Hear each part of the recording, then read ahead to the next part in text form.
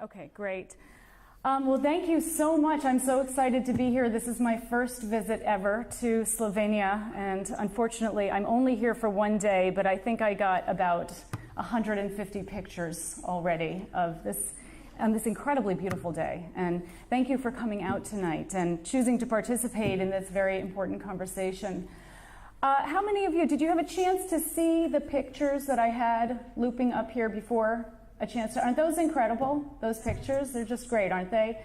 I never get bored of looking at them. You know, whenever I make new slides, it always takes me so long to find just the right pictures that really convey the essence of what I'm trying to communicate. But not when it comes to pictures depicting the natural connection so many of us have with animals, and especially the connection children have with animals. I always find way more than I can use. I mean, there are literally thousands of pictures out there that really capture that childlike sense of wonder, that understanding, that caring.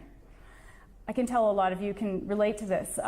So because I'll be referring to this human-animal connection throughout this presentation, I'd like to do just a brief exercise with you to explore it a bit more fully.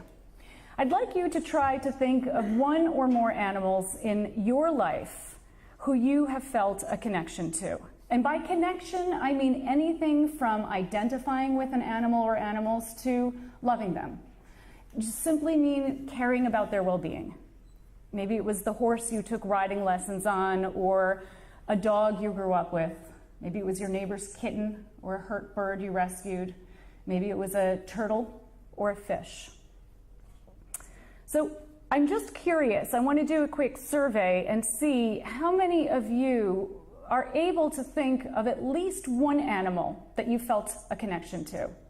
Let me just see. Hands. How about two? How many of you have ever felt cared about or loved by an animal yourselves? All right, well that's a whole lot of love. And our experience tells us something important. We care about animals. We feel connected to them. We can see examples of this everywhere. I mean, we teach our children to be kind to animals, not to harm them. We make animals the heroes of our children's stories and the stars of their shows.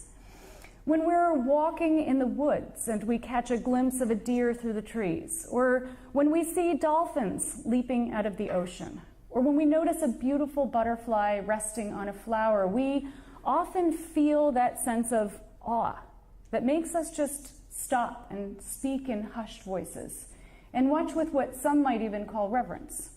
When we hear of an abused animal, we recognize the injustice and we feel outraged.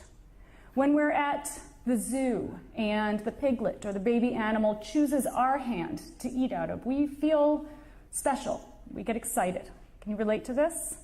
I mean, I certainly can relate to this experience. So before we get started, I want to tell you a little bit about me and my story and how I came to be here today.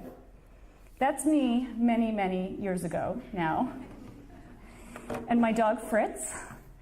My mother tells me that we adopted Fritz when he was about 2 months old and I was about 2 years old. So we were really both just babies when we met. And Fritz was my first dog, and he was also my first friend. We did everything together. We played together, we napped together, we even vomited together once during a sickening road trip. I'm not joking. And Fritz was also my first heartbreak when he died at the age of 13 of liver cancer. And what I didn't realize back then was that Fritz, or more accurately, my connection with Fritz, would become the catalyst for my life's work. And that's what brings me here today. My life's work as a psychologist, a professor, and an author has centered around one key theme. It's a theme that's central to our freedom of choice and therefore to our personal empowerment and to social and ecological justice. And that theme is